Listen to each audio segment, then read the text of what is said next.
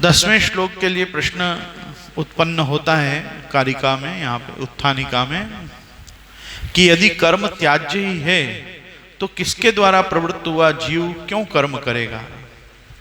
तो भगवान ने उसका आज्ञा की है, सहयज्ञा प्रजा सृष्ट्वा, 10वें श्लोक में, सहयज्ञा प्रजा सृष्ट्वा पुरोवाच प्रजापति अनेन प्रसविश्वध्वम एष वो स्तुष्ट कामद्रुक।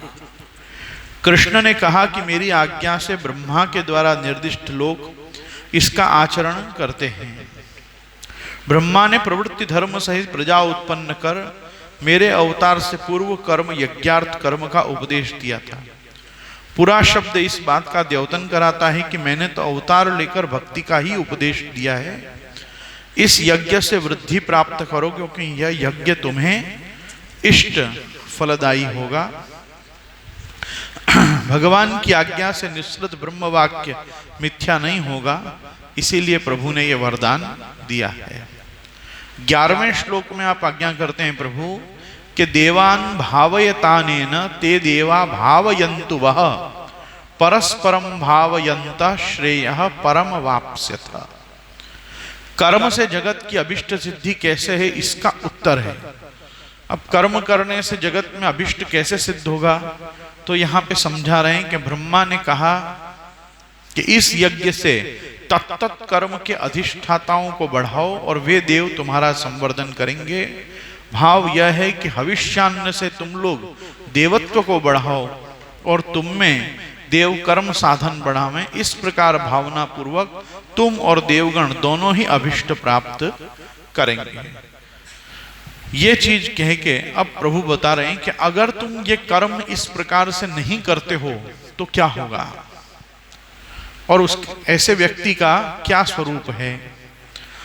तो कह रहे हैं कि समझो कि ननु श्रेयसो नेक रूपत्वात् किम लक्षणाश्रेय प्राप्तिर भविष्यति इति आह इष्टानिति।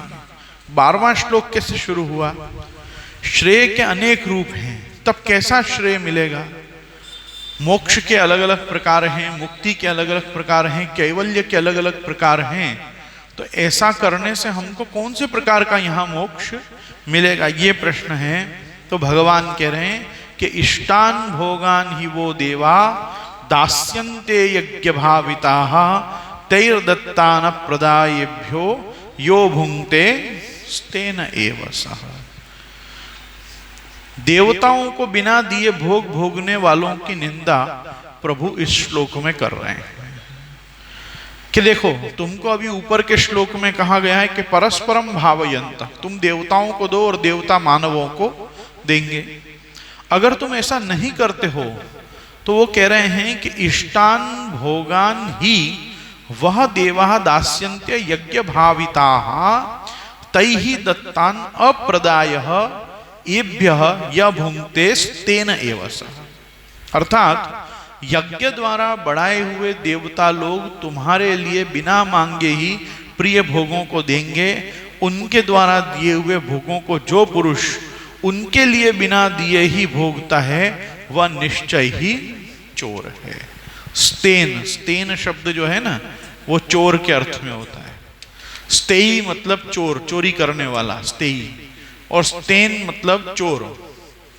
तो हम चोर कब बनते हैं कि जब हम बिना मांगे ही देवताओं से फल भोग तो ले रहे हैं लेकिन हम सामने देवताओं को कुछ भी नहीं दे रहे हैं। तो जो व्यक्ति बिना दिए कुछ लेता है वो आदमी चोर है, ऐसा भगवान यहां पे बता रहे हैं। अच्छा, इसका तात्पर्य क्या है, तो तात्पर्य के लिए अपन पुरुषोत्तम जी की टीका देंगे। आप आज्ञा कर रहे हैं कि यज्ञ से संतुष्ट देवगण वृष्टि आदि के द्वारा अन्नादि देंगे अथवा जो तुम्हें इष्ट होगा वह देंगे। भगवत सेवा में उपयोगी बलदायक अन्न आदि संपत्ति के लिए वृष्टि आदि करेंगे। यदि देवता ही अन्न देंगे तो उनके लिए यज्ञ करना ही व्यर्थ है। उनके द्वारा प्रदत्त अन्न को देवताओं को न देकर जो भोगता है वह चोर है। ऐसा पुरुषोत्तम जी अपने को खास यहाँ पे समझा रहे हैं। अभी इसमें एक थोड़ा तात्पर्य विचार अपन और देखें कि इसको कैसे, अभी इस श्लोक को समझने के लिए ना आपको थोड़ा रिवर्स गियर जाना पड़ेगा।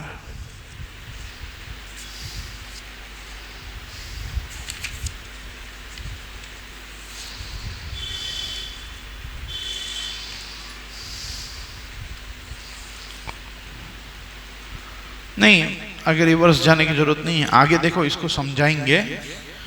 खाली एक बार 14वां और 15वां श्लोक पढ़ लो। देवता अपने को कैसे फल देते हैं उसकी चर्चा आगे फॉरवर्ड में आएगी। देखो यहाँ पे रिकॉर्डिंग चल रही है ना, इसलिए ये बताना जरूरी है कि कल वो पंचपर्वा विद्या का जो प्रश्न था ना, उसमें ज्ञान नहीं है, उसमें वैराग्यम सांख्य योगो च तप भक्तिश्च केशवे, 5 प्रकार की विद्या जो बताइए श्रीमद आचार्य चरण ने भी निबंध में, वो इसी प्रकार से बताइए कि सांख्य योग वैराग्य तप और भक्ति, मतलब वैराग्यम सांख्य योगो च तपा भक्तिश्च केशवे। अपन कल क्रम भी याद कर रहे थे ना कि क्या क्रम से है, तो पहला वैराग्य है, फिर सांख्य है, फिर योग है, फिर तप है और भक्ति है। ये 5 पर्व जो है ना, ये विद्या अर्थात ज्ञान के हैं। कल मैं भूल से ज्ञान बोला था, ऐसा मेरे को स्मरण हो रहा है, तो आप लोग उस चीज को सुधार लेना। ज्ञान 5 पर्व नहीं है, ज्ञान अपने आप में 5 पर्व का एक संयुक्त स्वरूप है, और वो ज्ञान होने पर ही देखो यहाँ अपन इस क्रम में आज आ ही रहे हैं, फिर भी एक बार पाठ करना चाहिए। 14वां और 15वां श्लोक 3रे अध्याय का। अन्नाद भवन्ति भूतानि पर्जन्याद अन्न संभवा, यज्ञाद भवन्ति पर्जन्यो यज्ञ कर्म समुद्भव, कर्म ब्रह्मोद्भवम विद्धि ब्रह्माक्षर समुद्भवम, तस्मात् सर्वगतम ब्रह्म नित्यम यज्ञे प्रतिष्ठितम। ये चीज आगे जाके प्रभु समझाएंगे। इसके लिए भगवान आपको यहाँ पे 12वें श्लोक में ऐसी आज्ञा कर रहे हैं कि इष्टान भोगान ही वो देवा दास्यन्ते यज्ञ भाविताः तैर्दत्तान प्रदायेभ्यो यो भुंक्ते तेन एव सः। यज्ञ से पुष्ट हुए देवता भी तुम लोगों को बिना मांगे ही कर्तव्य पालन की आवश्यक सामग्री देते रहेंगे। इस प्रकार उन देवताओं की दी हुई सामग्री को दूसरों की सेवा में लगाए बिना जो मनुष्य स्वयं ही उसका उपभोग करता है वह चोर ही है। देखो ऐसा है कि ये जितने भी देवता हैं ना, ये सब देवता भगवान के नियमन में चलते हैं। भगवान के द्वारा जो नियम बनाए गए हैं, भगवान के द्वारा जो शास्त्र पुरस्सर जो साधना उपासना की पद्धति बताई गई हैं, उन पे जो चलेगा ना, उसको कर्म का फल देवताओं को भी देना ही पड़ेगा। प्रमाण क्या है? सारे राक्षस और असुर लोग, सब असुर ने कोई ना कोई देवता प्रसन्न किए, ब्रह्मा जी को, शिव जी को, उनसे वरदान लिए। वरदान देने वाले देवताओं को पता नहीं था ये कितने आतताई हैं, कितने तामसी हैं, कितने आसुरी हैं, इनसे कोई सृष्टि का कल्याण अपेक्षित था।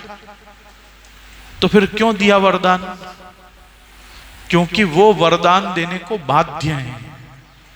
क्योंकि जिस समय इनने साधना की, जिस समय इन्होंने उपासना की, जिस समय इन्होंने उसका ध्यान किया, तो इनका ध्यान, इनका योग, इनका तप, इनकी समाधि, इनका मंत्र जाप, इनकी एकाग्रता, इनकी निष्ठा उस क्रिया में इतनी प्रबल थी कि ये उन वरदानों को प्राप्त करके क्या करेंगे ये जानते हुए भी देवता परवश थे कि अगर साधना की इस पद्धति से, उपासना की इस पद्धति से, इतने कठोर परिश्रम से कर्म करता हुआ अगर ये असुर यहां तक पहुंचा है तो इसको ये वरदान देना ही पड़ेगा। भगवान के पास जब जब अवतार की प्रार्थना लेकर देवता वहां जाते हैं, तब तक भगवान यही बात कहते हैं कि हे ब्रह्मा, हे शिव, आप ऐसे वरदान देते ही क्यों हो कि मेरे ऐसी स्थिति आ जाए कि अवतार लेना पड़े। तब ब्रह्मा और शिव कहते हैं कि भगवान, आपके बनाए हुए कर्म के विधान से हम भी बंधे हुए हैं।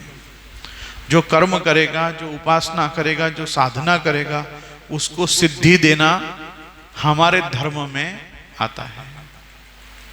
आप समझे? शिव और ब्रह्मा सबको पता है कि ये दुष्ट हैं, वो कुछ नहीं कर सकते हैं। उसने बराबर भक्ति करी, उसने बराबर साधना करी, उसने बराबर उपासना करी। इसी को कहते हैं कर्म मार्ग। कर्म बराबर होना चाहिए, भाव कैसा भी हो। कर्म कांड इसी को कहते हैं। साधना मार्ग इसी को कहते हैं कि आपकी साधना, आपकी उपासना शुद्ध होनी चाहिए। वहां भाव की शुद्धि और इच्छित फल को प्राप्त करके व्यक्ति क्या करेगा, वो सबका चिंतन देवता करने में समर्थ होते हुए भी वो कुछ कर नहीं सकते हैं। इस कारण से देवता बिना मांगे फल देते हैं।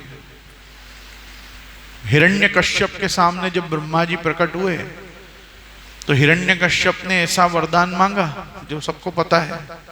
वो अंदर मरे न बाहर मरे, न अस्त्र से मरे न शस्त्र से मरे, न दिन में मरे न रात में मरे। ऐसा कर छल्ले कह दिया कि आपकी बनाई हुई सृष्टि में मैं किसी से भी न मरूं।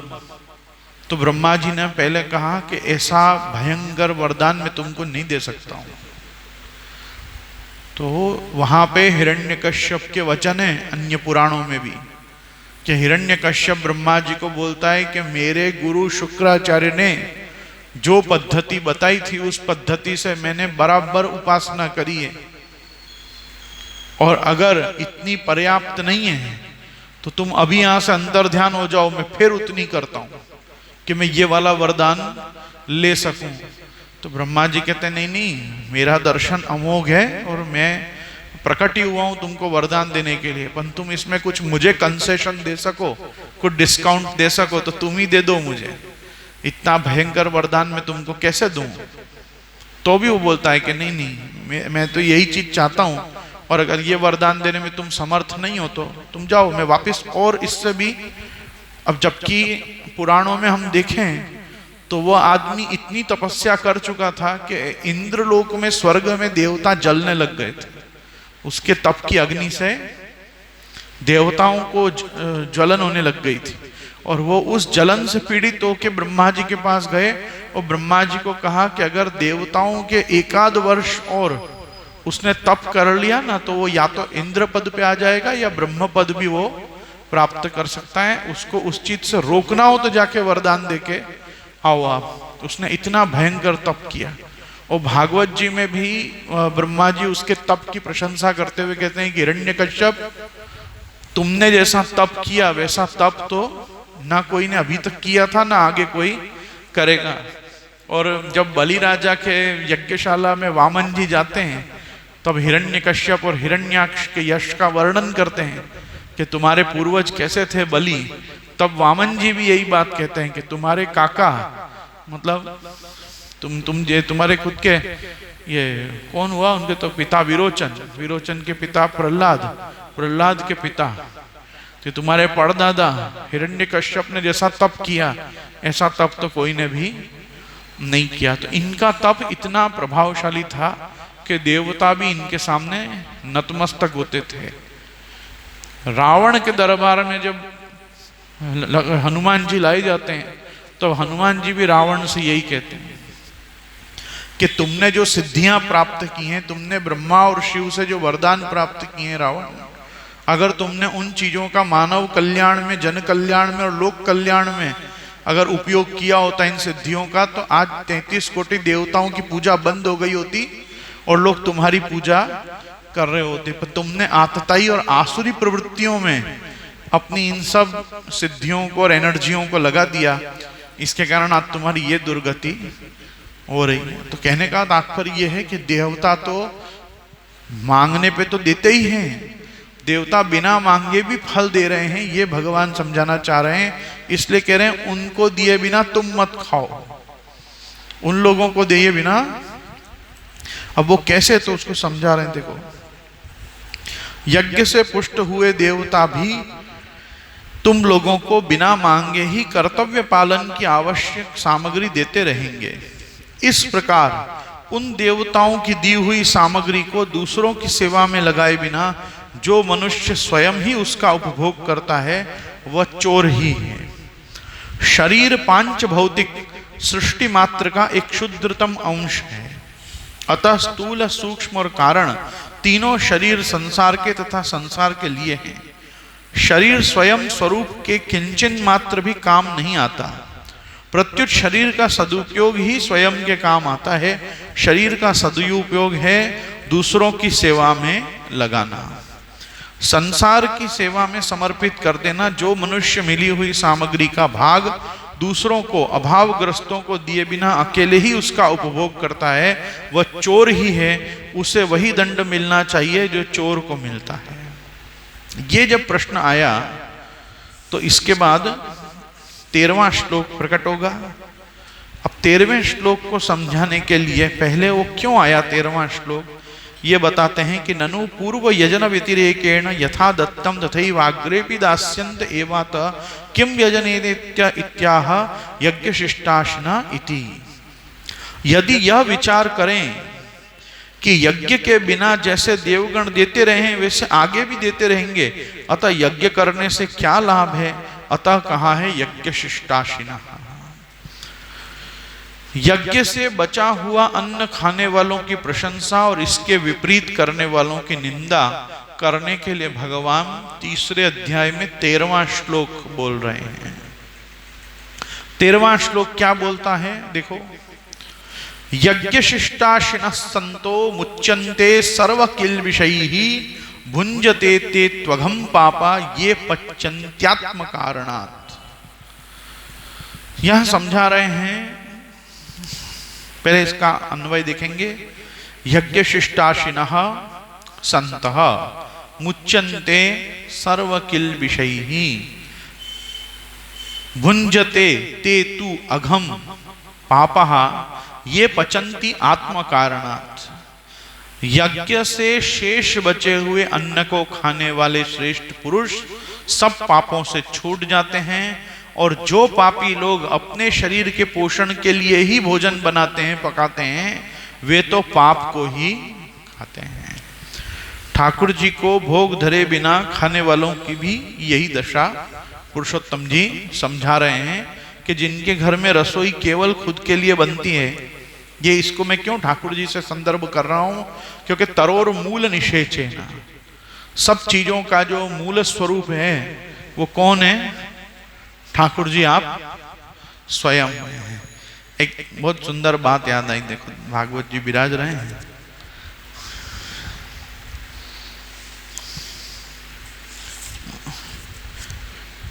हाँ,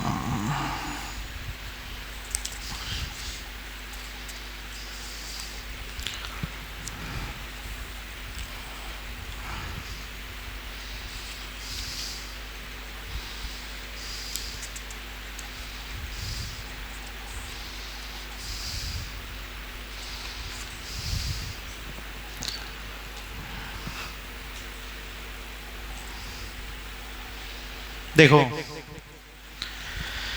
ये प्रसंग है, अभी अपनी ये 13वां श्लोक चल रहा है ना, इसके अनुसंधान में एक बात बता रहा हूं। भगवान का जन्म हो गया। कहां हो गया भगवान का जन्म? 10वां स्कंद 3 अध्याय में भगवान का जन्म हो गया, देवकी वसुदेव के कारागृह में, मथुरा में, बराबर। अब वसुदेव जी तो रखी आए वहां प्रभु को, वहां से योग माया को भी ले आए। योग माया वाला कांड भी सब हो गया जो होना था। अब क्या होता है साहब? अब ये होता है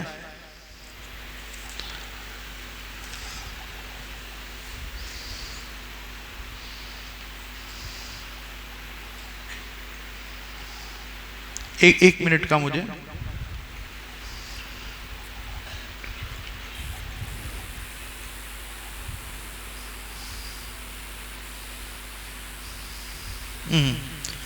वो कंस योग माया को भी मारने का प्रयास करता है, योग माया भी उसके हाथ से छूट जाती है। योग माया भी अपने धाम अदृश्य हो जाती है, उसको बता के कि तुम्हारा काल, तुम्हारा मृत्युदाता तो जन्म चुका है, बराबर। उसके बाद क्या होता है, ये थोड़ा दुखी हो जाता है और बाद में देवकी वसुदेव को सॉरी बोलता है। कौन? कंस। वहां सॉरी सॉरी भी हो जाता है, सब हो जाता है, फिर भी उसको कुछ खास दया नहीं आती है, तो उनको अंडर अरेस्ट ही रखता है और वो अपने घर में चला जाता है, कारागृह से अपने घर में। कंस घर जाता है ना, तो वो एक सभा जैसी बुलाता है। अब सभा बुला के वो दुखी होता है। ये चल रहा है 4था अध्याय, घर जाके देखना हो तो 10वां स्कंद 4था अध्याय।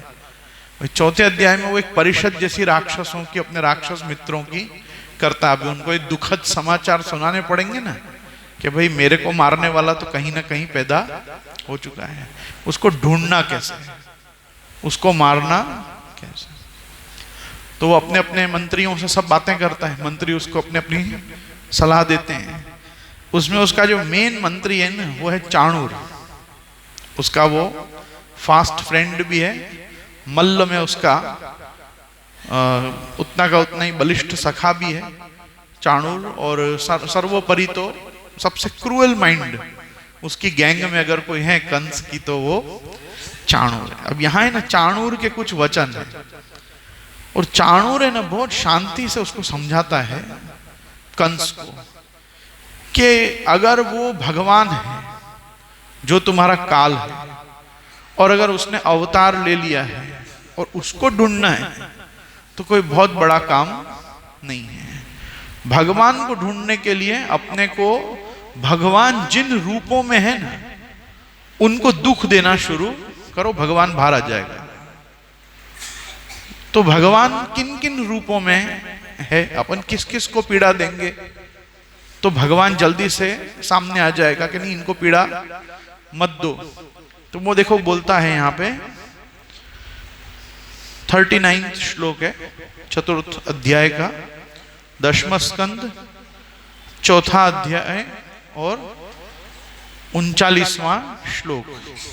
मूलम ही विष्णुदेवानाम यत्र धर्म सनातन तस्य च ब्रह्म गो विप्रास तपो यज्ञा सदक्षिणा तस्मात् सर्वात्मना राजन ब्राह्मणान ब्रह्मवादिनः तपस्विनो यज्ञशीलान गाश्च हन्मो हविर्दुघा विप्रा गावश्च वेदाश्च तपः सत्यम दमः शमा श्रद्धा दया तितिक्षा च कृतवश्च हरेस्तनु सही सर्वसुराध्यक्षो यः सुरद्विड्गुहाशय तन्मूला देवता सर्वास्तेश्वरा स चतुर्मुखा अयं वै तद्वधोपायो यदृषीणाम विहिंसनम। ये 39, 40, 41 और 42 ये 4 श्लोक में चाणूर ये देखने को राक्षस है, असुर प्रवृत्ति का है, पर ये जानकार कितना है आप वो देखो। इसकी जानकारी भगवद विषय कितनी जानकारी है इसको। ये कहता है कि कंस मूलम ही विष्णु देवानाम यत्र धर्म सनातन, ये सब जो सनातन धर्म है, ये जो देवता है ना, इन सबका मूल भगवान विष्णु है। ये जितने भी देवताओं को तुम दिए बिना मत खाओ, ये जो भगवान कह रहे हैं ना, मेरी बात समझ में आ रही है, मैं कहां लिंक हो रहा है वो चीज को। भगवान कह रहे हैं इनको दिए बिना तुम खाओगे तो तुम चोर हो, तो हमको इतने देवताओं को कैसे देना। सब देवताओं को देने की जरूरत नहीं है, सबसे पहले प्रभु को दिया तो वो सब देवताओं को पहुंच जाएगा, क्योंकि मूलम ही विष्णु देवानाम यत्र धर्म सनातन। जहां सनातन धर्म है वहां देवता है, और देवताओं का सबका मूल जो है वो भगवान विष्णु है। तस्य च ब्रह्म गो विप्रास तपो यज्ञा सदक्षिणा, और वो ब्राह्मण के रूप में दिखते हैं, गाय के रूप में दिखते हैं, विप्र मतलब वेद पाठियों के रूप में दिखते हैं, तप के रूप में भगवान दिखते हैं, यज्ञ के रूप में दिखते हैं और दक्षिणा के रूप में दिखते हैं। तस्मात् सर्वात्मना राजन ब्राह्मणान ब्रह्मवादिना तपस्विनो यज्ञशीलान गाश्च हन्मो हविर्दुघा। इसलिए अब एक काम करो राजन, अपन मिलके ना ब्राह्मणों को, ब्रह्मवादियों को, तपस्वियों को, यज्ञ करने वालों को, गायों को, और भी जो लोग हविर्दुघा बकरी इत्यादि जो भी और भी दूध देने वाली हैं, जिनसे भी यज्ञ होता है, अपन उन सबको मारना शुरू कर देते हैं। इन सबको मारोगे ना तो क्या होगा कि विप्रा, विप्रा मतलब वेदों को पढ़ाने वाले ब्राह्मण, गावश्च वेदाश्च तपः सत्यम दमः क्षमा श्रद्धा दया तितिक्षा च क्रतवश्च हरेश तनो, ये सब ठाकुर जी के श्रीअंग हैं। भगवान का अंग जिन चीजों से बना हुआ है वो किन चीजों से बना हुआ है? वो कह रहे हैं कि क्रतवश्च यज्ञ से बना हुआ है, तितिक्षा धैर्य से बना हुआ है, दया से बना हुआ है, श्रद्धा से बना हुआ है, शम मतलब इंद्रिय वासना की निवृत्ति, दम मतलब इंद्रियों को, इंद्रिय में रही हुई वासनाओं को दबाने की सामर्थ्य, सत्य, तप, वेद, गाय और विप्र, ये सब भगवान का श्रीअंग है। और सही सर्वसुराध्यक्षो यशुरद्विड गुहाशया, ये जो सब सुरों का अध्यक्ष है, सारे देवताओं का अध्यक्ष भगवान विष्णु, ये ही असुरों से द्वेष करने वाला है। और ये कहीं ना कहीं छुप के ही रहता है, ये प्रकट होके नहीं रहता है। और तन्मूला देवता सर्वाहा, ये सारे देवता है ना उसके मूल में, और वो सब देवताओं के मूल में है। और सर्वा शेश्वरा स चतुर्मुखा, और ये जितने भी लोकपाल हैं, इंद्र वरुण यम आदि ये, और चतुर्मुख ब्रह्मा भी जो है वो इनकी ही सुनता है, भगवान की। अयम वै तद वधोपायो यद ऋषिणाम विहिंसनम, और इन सब लोगों को बताने वाले कौन है? ऋषि मुनि हैं। जब तुम ऋषि मुनियों की हिंसा करोगे ना, उनको भी मारना काटना शुरू करोगे ना, तो अपने आप ये उनको बचाने के लिए भार आ जाएगा। तब तुम्हारे लिए इजी हो जाएगा भगवान को मार के और अपने कार्य को सिद्ध करना, तो तुम्हारा काल भी निवृत्त हो जाएगा। तो ये बता रहे हैं कि भगवान जो हैं ये सभी देवी देवताओं का मूल आप स्वयं हैं।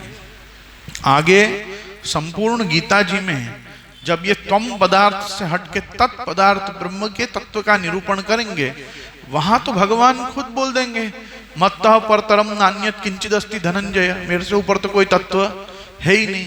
लेकिन यहाँ भगवान क्योंकि उसको कर्म में प्रवृत्त करना है ना, तो सीधे सीधे ये नहीं बोल रहे हैं कि तू मेरे लिए सब कर्म कर, तू देवताओं के लिए कर जो तुझे बिना मांगे सब कुछ देते हैं। ऐसा भगवान यहाँ पे आप आज्ञा कर रहे हैं। अब देखो क्या कह रहे हैं, कौन से श्लोक में? 13वें श्लोक में, यज्ञ शिष्टाशिनः संतो मुच्यन्ते सर्व किल विषयैः भुंजते ते त्वघं पाप ये पच्यन्त्यात्म कारण।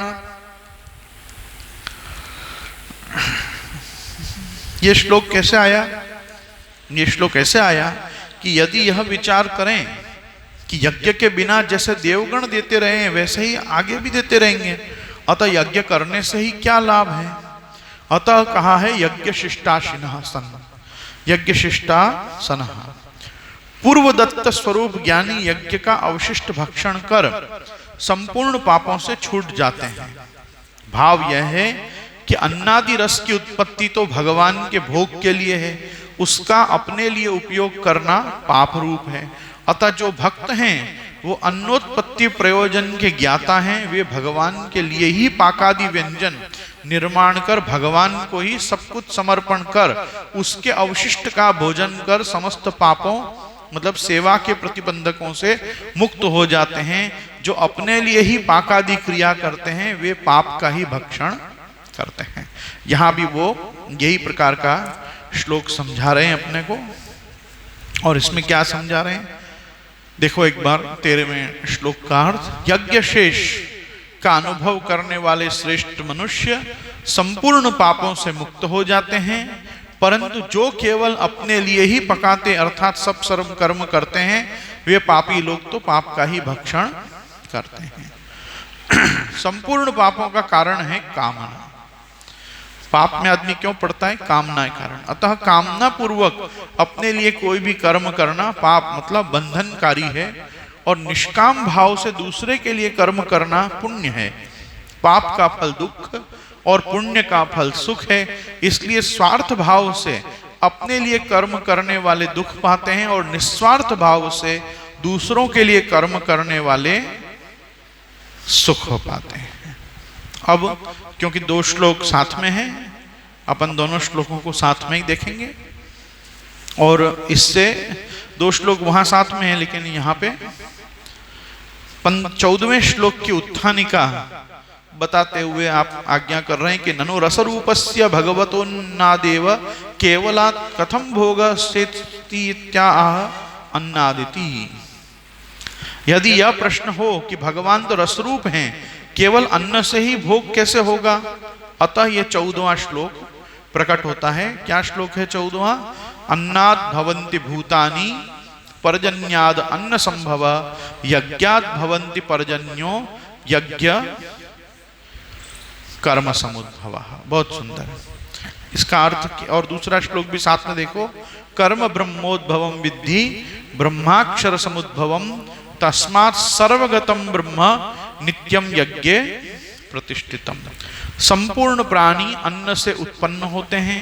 अन्न की उत्पत्ति वर्षा से होती है, वर्षा यज्ञ से होती है, यज्ञ कर्मों से संपन्न होता है। कर्मों को तो वेद से उत्पन्न जान और वेद को अक्षर ब्रह्म से प्रकट हुआ जान, इसलिए वह सर्वव्यापी परमात्मा यज्ञ कर्तव्य में भी नित्य स्थित है। अब भगवान की कर्म में नित्य स्थिति, वेद में नित्य स्थिति बताते हुए यहाँ पे ये चीज को समझा रहे हैं कि हमको ये पूरे क्रम को समझना है। अन्नाद भवन्ति भूतानि, अन्न से ही मनुष्य उत्पन्न होते हैं, भूतानि। और पर्जन्याद अन्न संभव, अन्न कहाँ से होता है? वो वर्षा से होता है। और यज्ञाद भवन्ति पर्जन्यो, यज्ञ से पर्जन्य होता है और यज्ञ से ही सब कर्म उत्पन्न होते हैं। यज्ञ से कर्म उत्पन्न होते हैं, ये भगवान कहाँ के आए हैं? 10वें श्लोक को देख लो एक बार। सह यज्ञा प्रजा सृष्ट्वा पुरोवाच प्रजापति। यज्ञ से ही प्रजापति ने ये सब कुछ सृष्टि का सृजन किया है, इसलिए यज्ञ किए बिना तो कोई भी चीज उत्पन्न होने वाली नहीं है। बराबर। अपनी आज की लौकिक भाषा में बोलें तो फिनिश्ड गुड कब मिलेगा? जब रॉ मटेरियल डालोगे, तो रॉ मटेरियल दोगे तो फिनिश्ड गुड्स मिलेगा। आप कोई चीज को ऐसे समझो कि एकदम ठोस फॉर्म में लेके आओगे तो उसी को आप फाइनिंग कर सकते हो। बराबर ना? तो आपको कोई भी चीज ऐसी पधरानी तो पहले पड़ेगी कि जिसके फल रूप में कोई चीज मिले, उसी को यज्ञ कहते हैं। कुछ देकर कुछ लेना। बराबर। अब इधर कैसा है, इसमें तो इतनी टीका नहीं है, लेकिन पुरुषोत्तम जी तो हमको समझाएंगे ही हर चीज। अब देवताओं को बिना दिए जो भोग लिया है या जो भी है उसके लिए, अब भगवान इस 14वें श्लोक में सृष्टि चक्र का वर्णन कर रहे हैं। सृष्टि में ये सब चीजें कैसे आती हैं, और ये कंटिन्यूएशन में जाता है 15वें श्लोक तक। इसको एक बार अनुभव के साथ देखेंगे। अन्नात् भवन्ति भूतानि पर्जन्यात् अन्न संभव यज्ञात् भवति पर्जन्यः यज्ञ कर्म समुद्भव। ठीक है, इसमें बहुत कुछ टीका इसमें भी नहीं है, इसलिए हम सीधा श्री पुरुषोत्तम जी के शरण जाते हैं। आप पुरुषोत्तम जी आज्ञा कर रहे हैं, अन्न से ही सजीव शरीर उत्पन्न होते हैं और उनसे ही भगवत भोग अच्छी प्रकार की सिद्ध होता है। यदि अन्न से ही भूतों की उत्पत्ति होती है तो वृष्टि से क्या होगा? कहा है कि पर्जन्य से अन्न उत्पन्न होता है। यदि पर्जन्य से ही अन्न उत्पन्न होता है तो यज्ञ से क्या लाभ है? अतः कहा है कि भगवदर्थ यज्ञ से ही पर्जन्य होता है। यदि यज्ञ भगवदात्मक है तो अन्य देवों के हेतु कर्म करने का उपदेश क्यों है? अतः कहा है कि यज्ञात्मक भगवद रूप कर्म से ही यज्ञ उत्पन्न होता है। भाव यह है कि भगवदंश भगवद विभूति के कारण कर्म करण रूप यज्ञात्मक भगवान का ही प्रागट्य है। यदि यह विचार करें कि देवता भले ही भगवान की विभूति हो, किंतु साक्षात पुरुषोत्तम के भजना भाव में उनका यजन अनुचित है, अतः कहा है कि कर्म की उत्पत्ति ब्रह्म से ही है। भाव यह है कि वेद से कर्म उत्पन्न होते हैं, वेद ब्रह्म का ही निश्वास है, यह ब्रह्म अक्षर से उत्पन्न है, अक्षर पुरुषोत्तम भगवान का चरण है। इस कारण सर्वव्यापक सर्वरूप नित्य ब्रह्म ही यज्ञ में प्रतिष्ठित है, अतः पूर्वोक्त दोष की संभावना नहीं है। ये यूं बताना चाह रहे हैं कि भगवान सीधा सीधा पुरुषोत्तम यजन क्यों नहीं करा रहे हैं, भगवान क्यों किसी विभूति का यजन कराने की आज्ञा कर रहे हैं, यज्ञ के माध्यम से अन्य देवताओं की प्रपंच में डाल रहे हैं। तो कह रहे नहीं, ऐसे इसको मत समझो, क्योंकि यहाँ जो भी कुछ उत्पन्न हो रहा है वो भगवद इच्छा से अक्षरात्मक हो रहा है। अक्षर ब्रह्म भगवान का चरण है, अधिष्ठान स्थान है। इन कारणों से भगवान कह रहे हैं कि नहीं, तस्मात् सर्वगतम ब्रह्म नित्यम यज्ञ प्रतिष्ठितम, यज्ञ के द्वारा ही तुम उस अक्षर ब्रह्म में प्रतिष्ठित हो पाओगे। अर्थात मेरे लिए भी कोई कर्म करना है तो उसका माध्यम यज्ञ कर्म ही है, इसलिए तुम उस पद्धति से ही कर्म को करो। अब देखो आगे के श्लोक में एक बहुत अच्छी बात बता रहे हैं। सृष्टि चक्र के अनुसार न बरतने वाले की निंदा अब प्रभु 16वें श्लोक में प्रभु कर रहे हैं कि अगर इस चक्र को तुमने नहीं चलायमान रखा, कौन सा चक्र है? अन्नाद भवन्ति भूतानी वाला चक्र और पर्जन्याद अन्न संभव वाला चक्र। इस चक्र को तुमने मेंटेन नहीं किया तो क्या होगा? तो वो बता रहे हैं यहाँ पे कि एवं प्रवर्तितम चक्र नानुवर्तयति यह अघायुरिंद्रियारामो मोघम पार्थ सजीवति। इस प्रकार भगवदात्मक कर्म जो नहीं करता उसका जीवन व्यर्थ है। इस प्रकार प्रवर्तित चक्र का जो मेरी क्रीड़ा के लिए प्रवृत्त है, अनुष्ठान नहीं करता, वह पाप रूप आयु वाला, इंद्रियों में ही रमण करने वाला या इंद्रियों के ही में ही रमण कराने वाला मेरे लिए नहीं है, अतः वह व्यर्थ ही जीवित है। तो भगवान यहाँ पे आज्ञा कर रहे हैं, एवं प्रवर्तितम चक्र नानुवर्तयति यह अघायुरिंद्रियारामो मोघम पार्थ सजीवति।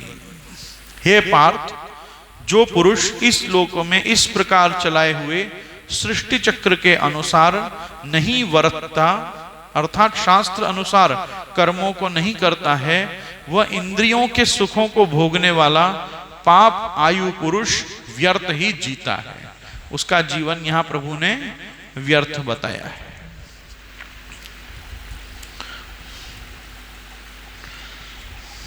अब 17वां और 18वां श्लोक जो है ना, नहीं कौन सा श्लोक है? अब 16वां श्लोक तो अपन चल रहे हैं ना इस समय, 16वें श्लोक में चल रहे हैं। अब इस श्लोक की व्याख्या में ऐसा बता रहे हैं कि जो मनुष्य लोक मर्यादा तथा शास्त्र मर्यादा के अनुसार अपने कर्तव्य का पालन नहीं करता, उसे संसार में जीने का अधिकार ही नहीं है। कारण कि मनुष्यों के द्वारा अपने कर्तव्य का पालन न करने से संसार मात्र को हानि पहुंचती है। वर्तमान में जो अन्न जल वायु आदि प्रदूषित हो रहे हैं, अकाल अनावृष्टि आदि प्राकृतिक आपदाएं आ रही हैं, उसमें मनुष्य का कर्तव्यच्युत होना ही प्रधान कारण है। अपने लिए कर्म करना अनधिकृत चेष्टा है, कारण कि जो कुछ मिला है वह सब संसार की सामग्री है। शरीर आदि सब पदार्थ संसार के ही हैं, अपने नहीं हैं। अतः हम पर संसार का ऋण है, जिसे उतारने के लिए हम सबको संसार के हित के लिए कुछ करना चाहिए। इसको